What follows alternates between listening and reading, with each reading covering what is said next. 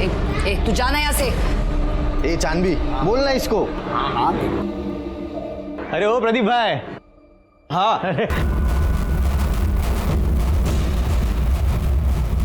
तू साली, तुझे तो आज छोड़ूंगा नहीं।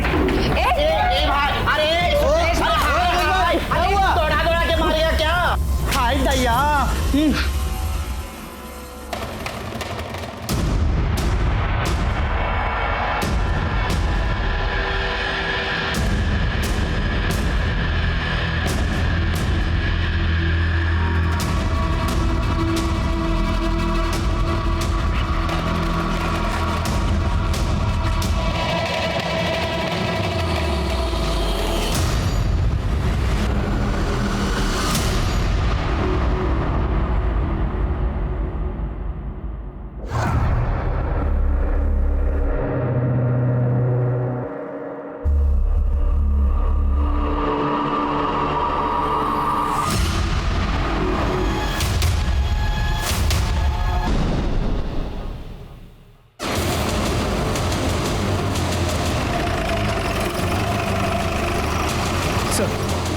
बॉडी को सूटकेस में डाल के डंप किया गया है। एक कूड़ा बीनने वाले ने देखा और हमें इन्फॉर्म किया। सर देखने से तो आदमी लगता है, लेकिन इसने साड़ी पहन रखी है।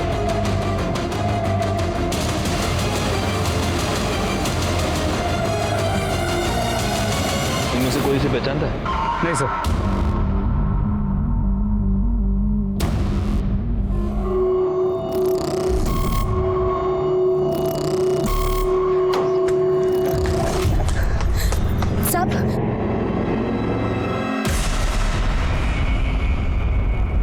अरे तुम यहाँ क्या करी हो? जाओ यहाँ से। साहब इस बच्चे को रख लीजिए साहब। तुम्हारा दिमाग खराब है? हाँ निकलो ऐसे। साहब ये आपकी बच्ची है, मैं इसे नहीं रख सकती। ये क्या बोल रही हो तुम? कौन सी बच्ची? काहे की बच्ची? तुम यहाँ से निकलो, अगर किसी ने देख लिया ना तो प्रॉब्लम हो जाएगी। चलो जाओ यहाँ से। जाओ। अगर दोबारा आए ना तो देख लेना। साहब मेरी बात तो सुनिए। साहब मेरी बात तो सुनिए। साहब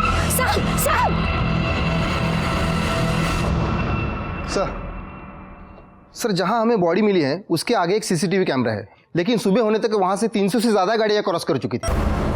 मैं जानता हूँ ये काम थोड़ा टीडियस है राणे, लेकिन फिर भी उस सीसीटीवी फुटेज को बार बार चेक करो और उसमें से हर गाड़ी के बारे में पता करो। सर मैंने सूटकेस के बारे में पता करने की कोशिश की, पर पता नहीं चला क्योंकि वो पुराना सूटकेस था। कोई मिसिंग कंप्लेंट? नहीं सर, अभी तक तो नहीं। हमने उसकी फोटो सर्कुलेट की है और हम सारे पुलिस स्टेशन में पता कर रहे हैं। सर बॉडी की पोस्टमार्टम रिपोर्ट से पता चलता है कि वो बॉडी एक लड़के की है। मौत का समय कल दोपहर 4 और 6 के बीच किसी तेज धार वाली ऑब्जेक्ट से उस पर वार किया गया, 2 स्टैब वुंड्स, लेकिन उसे मारने से पहले उसे बुरी तरह मारा पीटा गया। हमारे सारे खबरियों को काम पर लगा दो, आखिर पता तो चले कि एक लड़का लड़की बनकर क्यों घूम रहा है।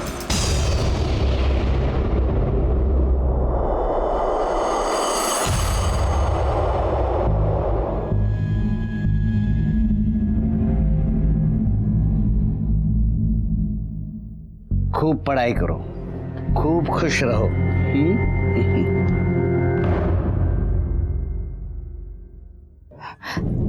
चांदबी, देखना रेशमा का फोन नहीं लग रहा और कल रात से आई भी नहीं है वो। अरे छोड़ना, वो भाग गई होगी। वैसे भी वो मुझे सही नहीं लग रही थी। और हाँ तुझे बताती हूँ मैं, वो तो मुझे जन्म से किन्नर भी नहीं लगती थी। वैसे वो मिली कहाँ थी तुझे?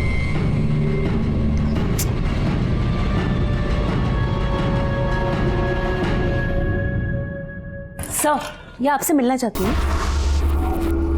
बैठिए। साहब वो परसों से मेरी दोस्त रेशमा लापता है और उसी दिन से उसका फोन भी बंद आ रहा है। रेशमा की कोई फोटो है आपके पास? है ना साहब?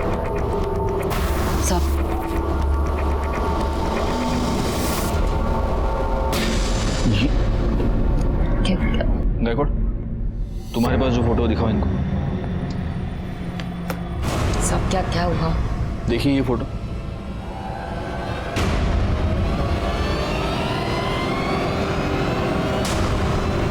हमें कल ये लाश तालाब के पास मिली है।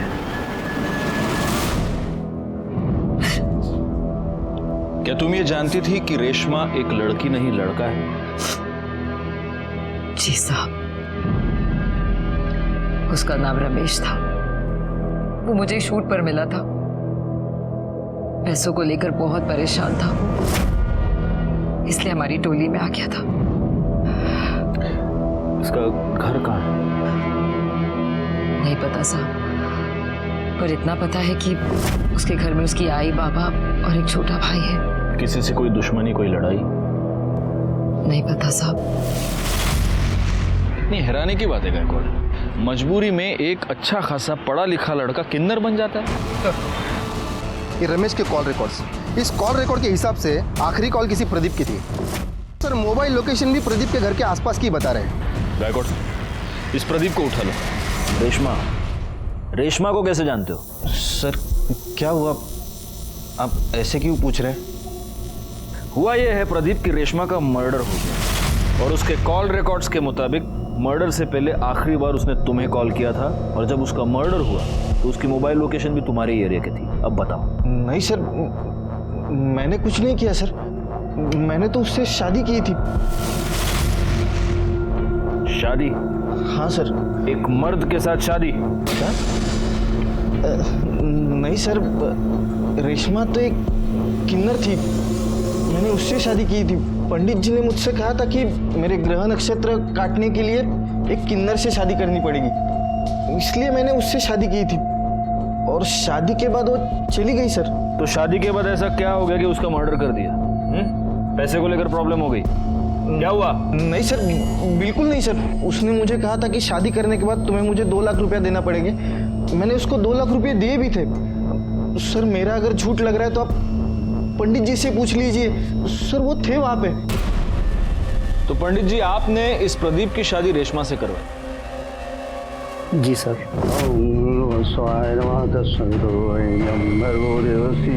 और शादी की विधि संपन्न होते ही मैं भी वहां से चला गया, और रेशमा भी मेरे पीछे पीछे चली गई थी।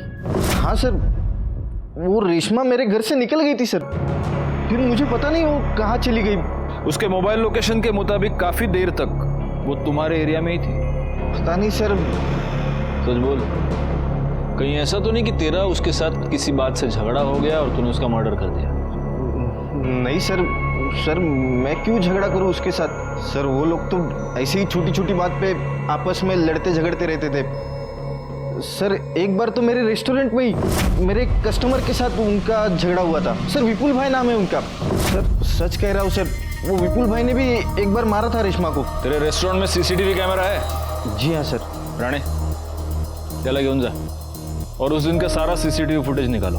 सर चलो। और पंडित जी, इसके बाद अगर ऐसे ऊट पटांग उपाय किसी को बताए तो अंधविश्वास फैलाने के जुर्म में उठा के अंदर डाल दो।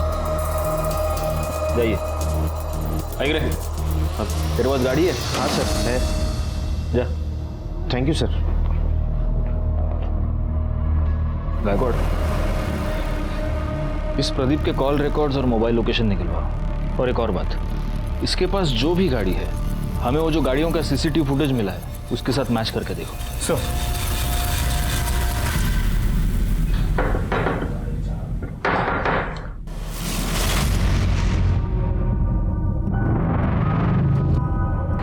तुम यहाँ क्या कर रही हो? सब अपने बच्चे को रख लो, मैं नहीं रख पाऊंगी। अरे काहे की बच्ची, मरवाओगी क्या? चल निकल। सब मेरी बात तो सुनो।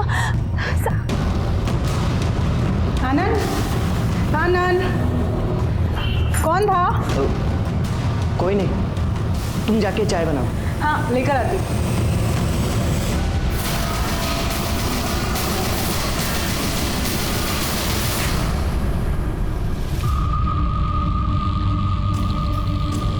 ये चांद, रेशमा और नाज, इनका आपस में रिश्ता कैसा? अरे क्या साहब, इनका तो हमेशा ही कुछ ना कुछ लगा रहता है। चाचा देना रे।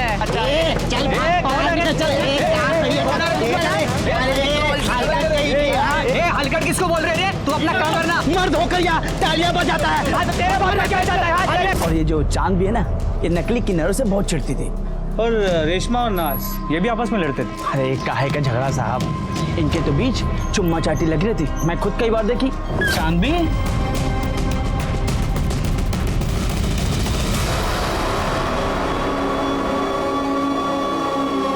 वो क्या लाएंगे साहब। अब कोई आदमी तो मिलने से रहा, तो जो मिलता उसी के साथ चिपक लेते।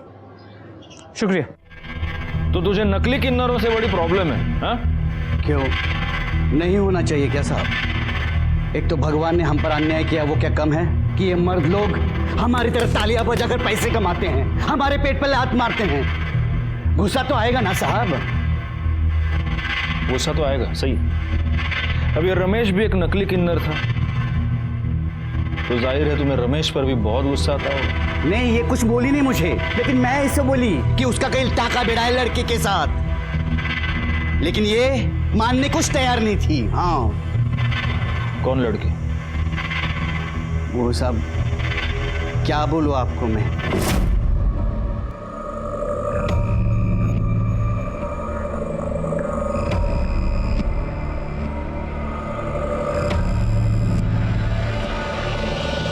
साहब जब मैं वहां गई ना, उससे पहले वो चली गई थी।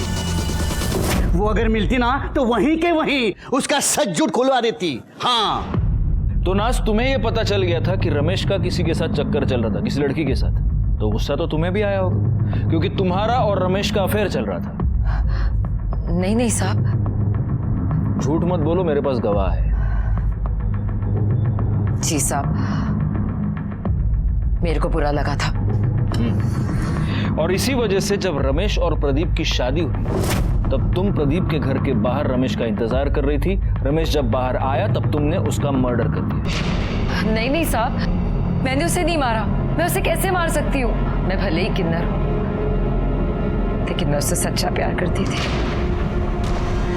प्यार के साथ यही तो परेशानी है नाज, हमें पता ही नहीं चलता कि प्यार कब जुनून बन गया।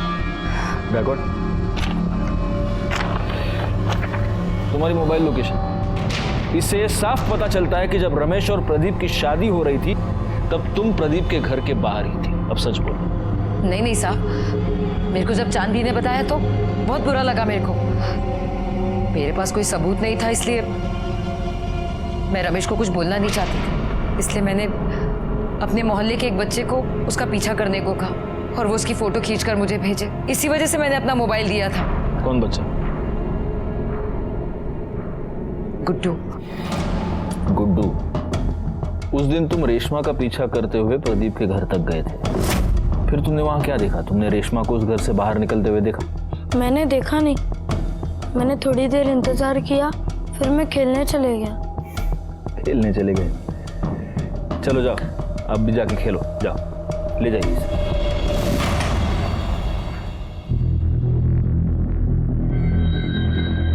या तो नाज ने इस बच्चे को सचमुच अपना मोबाइल दिया था, या फिर वो इस बच्चे से झूठ बोलवा रही है। सर, प्रदीप की कार का नंबर उस दिन वहां जितनी भी कार्स थी उनसे मैच नहीं कर रहा, और सर उसका मोबाइल लोकेशन उस एरिया का नहीं है। मैंने उस रेस्टोरेंट की सीसीटीवी फुटेज मंगवाई थी, वो आ गई? जी सर। हाँ, तो विपुल तो रमेश को कैसे जानता है? साहब मैं कोई रमेश को नहीं जानता। अरे सॉरी, भूल गया, रमेश नहीं, रेशमा। रेशमा वो किन्नर, उसके साथ क्या लफड़ा था तेरा? साहब मैं पढ़ा लिखा इंसान हूँ साहब, मेरा भला किन्नरों से क्या लेना देना। अच्छा अच्छा, देखो विपुल, ये क्या है? हा? इस रेस्टोरेंट में उसको मारने के लिए तो उसके पीछे दौड़ रहा है, ये क्या है? साहब रेशमा मेरे घर के आगे पीछे चक्कर लगा रही थी। अच्छा। तो मुझे ऐसा लगा कि वो मेरा बच्चा चुराना चाहती है, तभी गुस्से में आकर मारा था साहब। अब गुस्से में आकर करड़े तुझे बहुत मारने वाले, क्योंकि तू झूठ बोल रहा है। ये तेरी बीवी कोयल के और रमेश के कॉल रिकॉर्ड्स, इससे साफ पता चलता है कि इन दोनों के बीच में काफी बातचीत होती थी। उनके मोबाइल लोकेशन से एक इंटरेस्टिंग बात पता चलती है कि ये दोनों आपस में कई बार मिल भी चुके थे, और उससे भी ज्यादा इंटरेस्टिंग बात ये है कि जब ये दोनों मिलते थे तब तू भी उनके आसपास ही होता था। तेरी मोबाइल लोकेशन भी यही बता रही है। अब सच बोल, मैं तो बहुत मार खाएगा तू।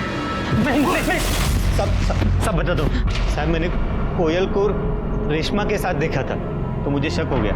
अब मुझे लगा कि ये जरूर कुछ अलग चक्कर है।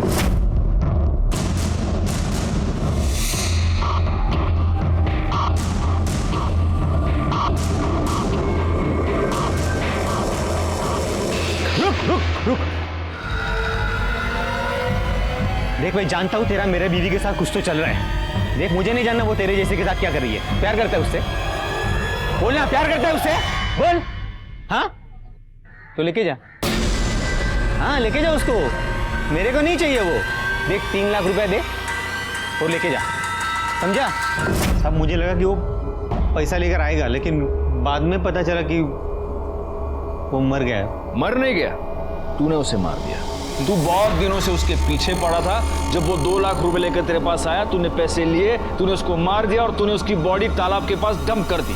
नहीं साहब मैंने कुछ नहीं किया साहब, मैंने नहीं मारा उसको। जब तक ये सच नहीं बोलता इसको फोड़ते रहो। साहब मैंने कुछ इसकी मोबाइल लोकेशन रिकॉर्ड के मुताबिक ये कभी उस एरिया में नहीं गया जहाँ में रमेश की लाश मिली थी। तो क्या हुआ? हो सकता है कि मर्डर के वक्त अपना फोन घर पे छोड़ के गया। इस कोयल को बोलो। रानी यहाँ सोएगी और मैं खाना बनाऊंगी, है ना? अरे बाप रे बाप।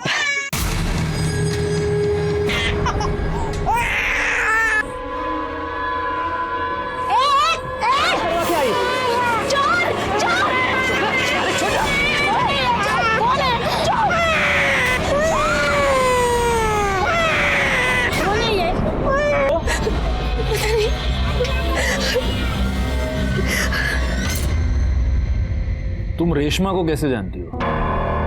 सर रेशमा नहीं, रमेश। शादी से पहले से ही मैं उसे प्यार करती थी। कोयल सुन एक बार मेरी बात सुन। देख मेरी बात तो सुन, मैं तुझे समझा रहा हूँ। क्या सुनूं? बाबा मेरी शादी करवा रहे हैं। प्लीज कोयल मुझे थोड़ा टाइम दे। देख मेरा एक रोल फाइनल होने वाला है। ये मैं कब से सुन रही हूँ।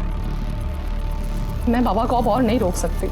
सर फिर मेरी शादी हो गई, लेकिन फिर वो मुझे दिखा जब मेरा बेटा हुआ था। सर मैं आपको बता नहीं सकती कि उसे वैसे वहां देखकर मुझ पे क्या गुजरी थी।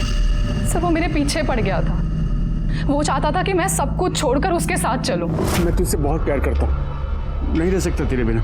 देख मैं सब कुछ छोड़ दूंगा, बस तू एक बार हाँ कह दे। तो कहीं ऐसा तो नहीं कोयल कि रमेश ने तुम्हें इतना परेशान किया कि तंग आकर तुमने उसे मार डाला या फिर मरवा दिया?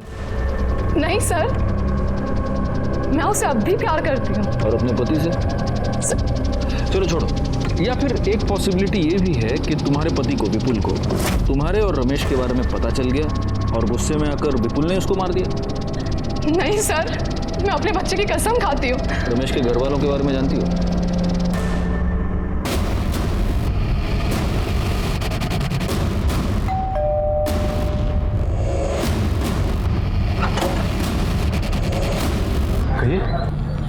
हम रमेश के बारे में आपसे बात करना चाहते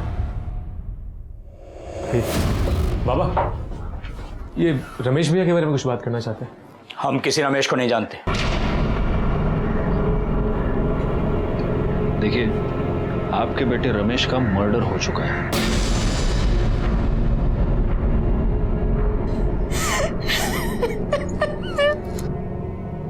हाँ तो जो इतना घटिया काम करेगा उसके साथ ये सब तो होना ही था ना। नाक कटा के रख दी थी उसने समाज में हमारी। साड़ी पहन के औरतों की तरह नाचता था वो। बाबा बाबा बाबा मेरी बात तो सुनिए बाबा। ये है तू? अरे मैंने तो बेटा पैदा किया था, ये कैसे बन गया तू?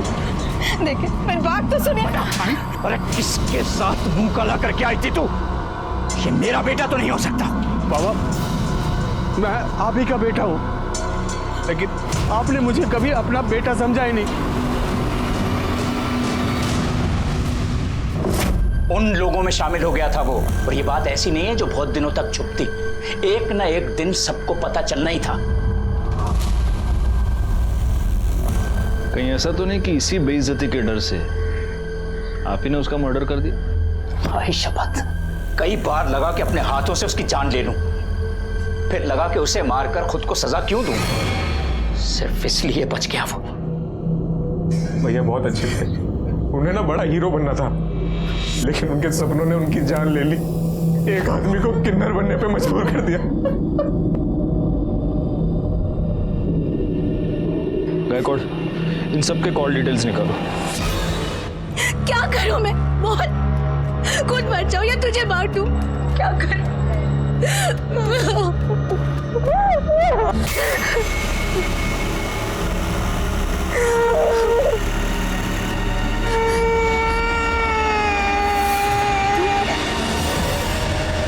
आशा, ए आशा, अरे बाहर पोलियो का टीका देने आए, रानी को लेके आना।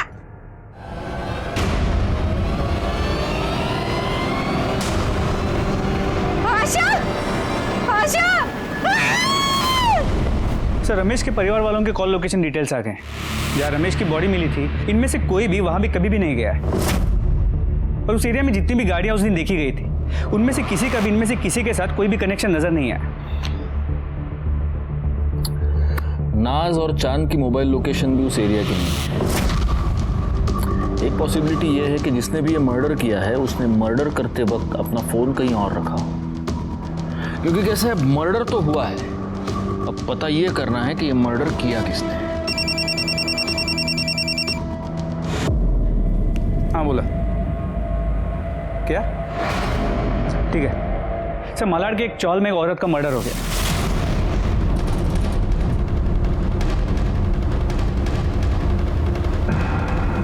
हटिए, चला चला आगे, चला आगे, चला चल भैया, आगे चले।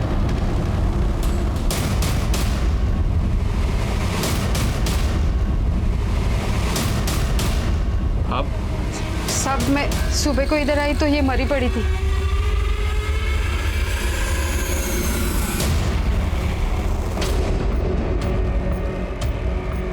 गला काट कर मारा गया है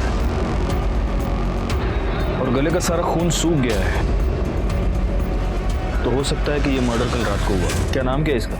आशा अपनी बच्ची के साथ यहाँ रहती थी साहब। बच्ची? तो बच्ची कहाँ है? बच्ची नहीं थी इधर, लेकिन मुझे लगता है ना इसका पति शंकर ने इसको मारा होगा। वो इधर आया था, 3 साल से उसको हम लोग देखा भी नहीं। आशा पहले दूसरे चाली में रहती थी जिधर मैं रहती थी।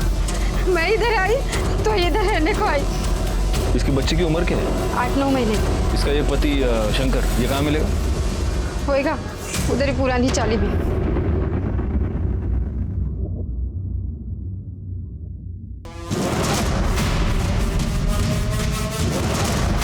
शंकर। हाँ बोलो। तू ही है? हाँ खड़े मसला। अरे साहब क्या कर रहे हो साहब? इसका रिकॉर्ड 3 साल से दिल्ली जेल में बंद था चोरी के लिए, अभी अभी रिहा हुआ है। साहब जेल का खाना बहुत पसंद है तेरे को, इसलिए वापस वहाँ की बुकिंग करवा रहा है तू? हाँ साहब मैंने उसको नहीं मारा साहब, आपको तो पता है ना मैं 3 साल साहब जेल में था। फिर ये बच्चा कहाँ से आ गया साहब? गुस्सा तो आएगा ही ना साहब, ऊपर से वो छोड़ के भी चली गई साहब। फिर मैं मंदिर गया एक दिन, देखा तो वो वहाँ पे वो झाड़ू पोछा कर रही थी। किसका बाप लेके घूम रही है? तू बता, तू कहाँ था 3 साल तक? मेरा छोड़, मैं जहन्नुम में था। तू ये बता, ये पहले बच्चा कहाँ से आया? तू मुझे छोड़कर चला गया। मेरे पास खाने के लिए पैसे नहीं थे, पैसे के लिए मैंने बच्चा पैदा किया। इसके माँ बाप कोई और है, मैंने सिर्फ पैदा किया इसे। साली झूठ बोलती है, इसके बाप के साथ सोई रहेगी तभी तो ये पैदा हुई ना। वो डॉक्टर किरण करके दी मेरे को ये बच्चा। रुक साले, भागती का है, रुक। फिर पता नहीं साहब वो कहाँ भाग गई, मैंने उसका बहुत पीछा किया। मैं उसके वो नए चाली में भी गया, लेकिन वहाँ पे साहब उसने बोला कि मैं चोर है, और इसलिए रात को उसके घर में घुसकर तूने उसका मर्डर कर दिया और बच्ची को भगा कर ले गया। बता बच्ची किधर है, बोल। सब सच सच में मुझे मालूम नहीं है साहब। मालूम नहीं? गायकवाड, डॉक्टर किरण को बोलो आणि करडे खरं बोलत नाही तोपर्यंत फोडून टाकायला। साहब कुछ नहीं किया। डॉक्टर, ये बच्चे का क्या चक्कर है? सर, आशा ने आनंद और उसकी पत्नी पूनम के लिए सरोगेसी करवाई थी। आशा को हुई लड़की और आनंद को चाहिए था लड़का, तो आनंद ने उस लड़की को अपनाने के लिए इनकार कर दिया। हमने भी उसके ऊपर काफ़ी प्रेशर बनाया, क्योंकि लड़का हो या लड़की, सरोगेसी करवाई थी तो अपनाना तो था ही। लेकिन कुछ दिन बाद आशा ने कहा कि अगर वो लड़की को अपनाने के लिए तैयार नहीं है तो वो खुद उस बच्ची को पालेगी, क्योंकि उसका पति उसे छोड़कर कहीं चला गया है। और उस बच्ची में आशा ने अपना सहारा ढूंढ लिया। वैसे हमें ये शक है कि उसके पति शंकर ने ही उसकी जान ली है, लेकिन आपको कुछ और सस्पिशियस नजर आया इस केस में? अब कुछ दिनों से वो आनंद के पीछे पड़ी थी कि वो अपनी बच्ची को अपना ले। मेरे पास भी आई थी कि मैं आनंद के ऊपर प्रेशर बनाऊं। काफ़ी डरी हुई लग रही थी और बार बार एक ही बात कह रही थी कि मुझ पर जान का खतरा है। ये आनंद कहाँ रहता है?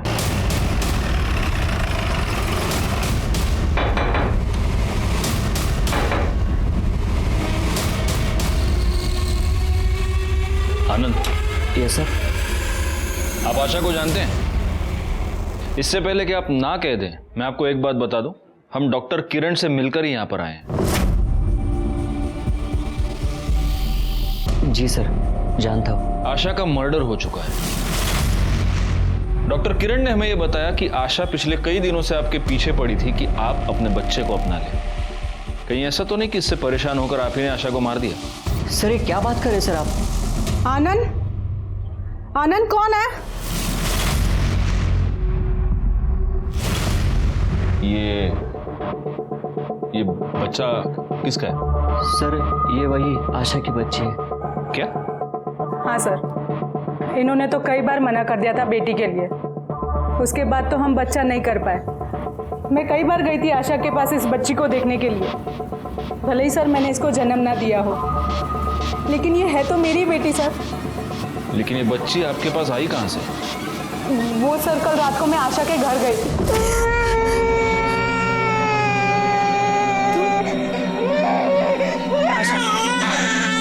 ये बच्चा मुझे दे दो। देखो वैसे भी ये तुमने मेरे लिए पैदा किया था। प्लीज आशा मुझे दे दो ये बच्चा। अगर मेरी मजबूरी ना होती तो इससे मैं अपने से कभी अलग नहीं करती।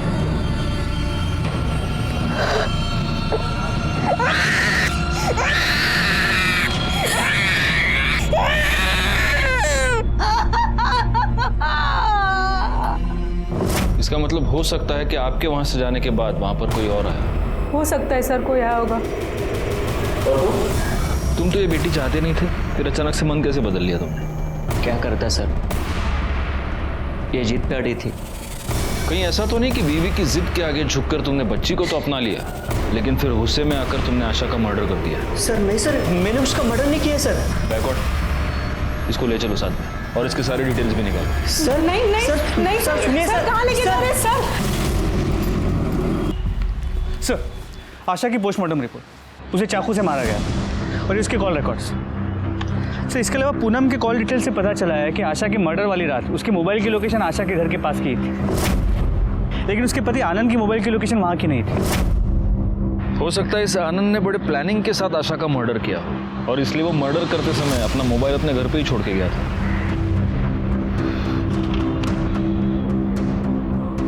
एक मिनट गायकवाड़, ये देखो 12 फरवरी को आशा की मोबाइल लोकेशन उस तालाब के पास थी। उसी तालाब के पास हमें 13 फरवरी को रमेश की लाश मिली थी। तो आपको क्या लगता है ये दोनों केसेस कनेक्टेड हैं? चेक करने में क्या जाता है, एक काम करो, इन दोनों केसेस से रिलेटेड सारे कॉल डिटेल्स, सारे मोबाइल लोकेशंस दोबारा चेक करो। हो सकता है इन दोनों में कोई कनेक्शन हमें मिल जाए।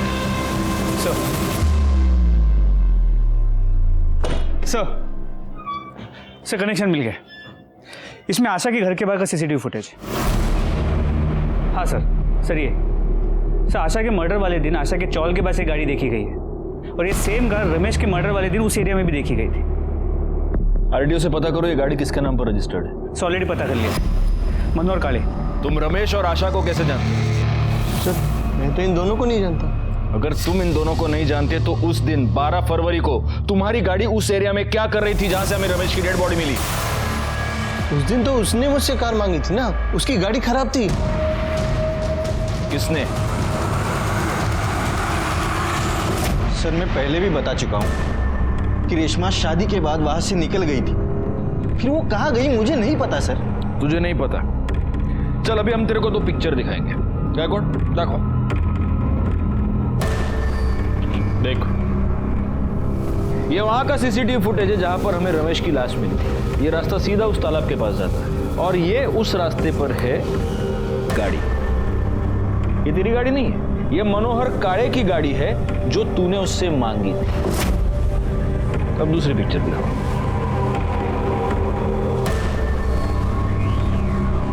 देख ये आशा के चौल, मेरे को नहीं इधर देख, आशा के चौल के बाहर की सीसीटीवी फुटेज।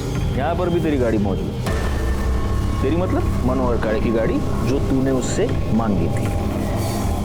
जहां पर हमें रमेश की डेड बॉडी मिली वहां पर भी ये गाड़ी, आशा के चौल के बाहर भी ये गाड़ी और उसके बाद आशा की भी मौत हो गई। अब बोल। नहीं सर, मुझे लगा था कि रेशमा भी नाज और चांद जैसी ही है, इसलिए मैंने उससे शादी कर ली थी। उसके बाद पंडित जी वहां से चले गए, फिर रेशमा भी जाने लगी, तब मैंने उसे रोक लिया। एक मिनट रेशमा, हाँ तू कहाँ जा रही है? शादी होगी? शादी हुई है, अभी तो सुहागरात भी बाकी है। सुहागरात? हाँ, सुहागरात की कहाँ बात हुई थी? ये देख, मेरा मंगल बहुत भारी है और पंडित जी ने मुझे साफ साफ कहा है कि जब तक मैं सुहागरात न मना लूं तब तक मेरे ग्रह नहीं कटेंगे, और मैं आज तेरे साथ सुहागरात मनाऊंगा ना, तब जाके मेरी कल ज्योति से शादी हो सकती है। ज्योति से तेरी शादी हो ना, लेकिन मैं ये सब नहीं कर सकती। साला तो आदमी है। हाँ तो फिर इसलिए तो बोल रहा नहीं हो सकता है सब। जब मुझे पता चला कि वो किन्नर नहीं है तब मुझे बहुत गुस्सा आया, और सर मैं ज्योति से बहुत प्यार करता था, इसके लिए सर मैंने उसको मार दिया। तूने आशा को क्यों मारा? उसने मुझे रेशमा की लाश फेंकते हुए देखा था।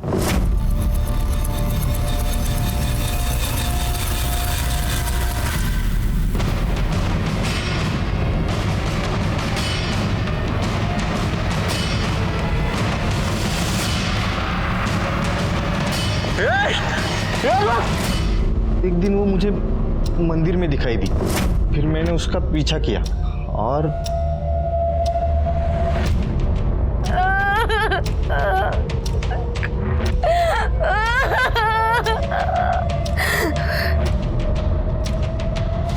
अपने अंधविश्वास की वजह से तूने 2 लोगों की जान ले ली, अब जिंदगी भर जेल में सड़ेगा तू। रिकॉर्ड चार्जशीट फाइल करो और उठा के डाल दो इसको अंदर।